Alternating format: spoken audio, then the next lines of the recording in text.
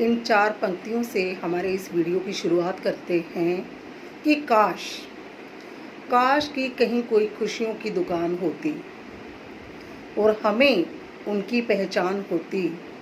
ले लेते हम वहाँ से ले लेते हम वहाँ से आपके लिए सारी खुशियाँ। बेशक उनकी कीमत चाहे हमारी जान होती। नमस्ते भारत, एक बार फिर से मैं स्वागत करती हूँ। हर इंसान की लाइफ में कुछ ऐसे सिद्धांत होंगे, ऐसे नियम होंगे, ऐसी बातें होंगी जो इंसान अपनी लाइफ में नंबर 1 मानता होगा। जैसे मान लो एक इंसान अपनी लाइफ में धन को इम्पोर्टेंस ज़्यादा दे रहा है, या एक इंसान ऐसा है जो अपनी लाइफ में आत्मविश्वास को ज़्यादा इम्पोर्टेंस दे रहा होगा। यानी कहने का मतलब मेरा ये है कि इंसान की लाइफ में कुछ बातें हैं जो वो अपनी लाइफ के अंदर नंबर 1 मानता होगा।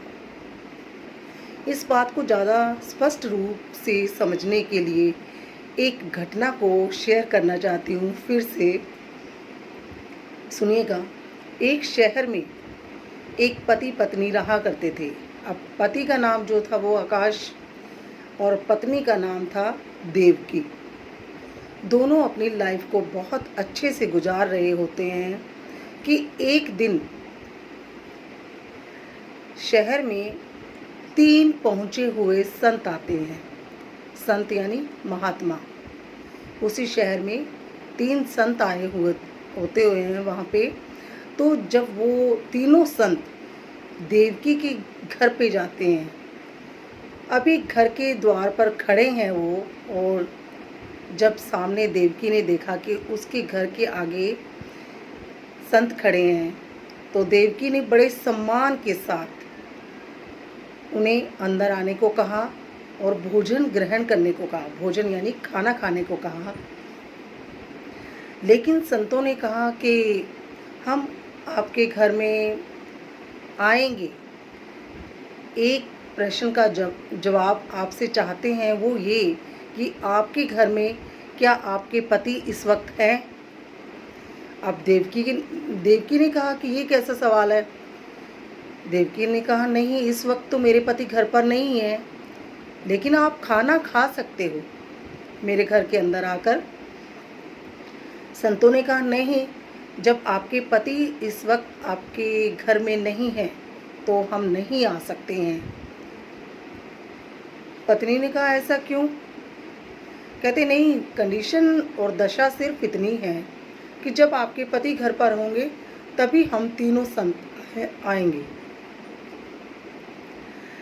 अब संत वहीं पर थोड़ी दूर वहाँ जाके बैठ गई, लेकिन जब थोड़ी देर में देवकी के पति घर पर आए तो देवकी ने अपने पति से वो सारी बातें कही कि 3 संत आए थे लेकिन वो घर पर खाना खाने के लिए आए नहीं। उन्होंने कहा कि आपके पति तो घर पर हैं नहीं। पति की गैर मौजूदगी में वो संत आना नहीं चाहते थे।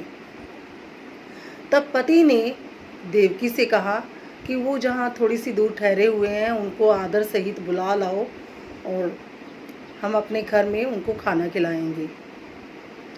तब देवकी उन संतों को बुलाने के लिए गई और उन्हें बुला के ले भी आई, लेकिन फिर से वही संतों ने कहा कि ठीक है, आपके पति तो आ गए हैं, लेकिन अब सिर्फ इतना हो सकता है कि हम तीनों जो हैं, हम जो 3 संत हैं, वो दशा कंडीशन सिर्फ इतनी है कि हम एक साथ आपके घर में नहीं आ सकते हैं। खाना खाने के लिए, आदर सत्कार पाने के लिए हम नहीं आ सकते हैं। अगर आपको बुलाना है तो हम में से तीनों संतों में से किसी एक को चुनना होगा। अब ये भी एक अजीब, विचित्र, हैरान करने वाली बात कि ऐसा क्यों? तब संतों ने अपना परिचय दिया। एक संत ने कहा कि मैं धन हूँ, धन यानी पैसा, धन हूँ। दूसरे संत ने कहा कि मैं सफलता देता हूँ। तीसरे संत ने कहा कि मैं प्रेम हूँ। अब आप पति पत्नी आपस में निश्चय या डिसाइड कर लो, आप ये तय कर लो, सोच विचार कर लो कि आप तीनों में से हमें कौन अंदर बुलाना चाहता है। लेकिन कंडीशन वही है, सिर्फ एक संत ही आ सकता है। तब जो पति थे उन्होंने कहा कि हम ऐसा करते हैं कि हम धन को आने देंगे। क्या हम धन को आने देंगे? क्योंकि अगर जिसके पास पैसा है समाज के अंदर उसकी मान प्रतिष्ठा बहुत ज़्यादा है। अब दूसरे ने, उसकी पत्नी ने कहा नहीं, हम ऐसा करते हैं कि सफलता को अपने घर में आने देंगे, यानी सफलता रूपी जो संत हैं उनको अंदर आने के लिए बोलते हैं।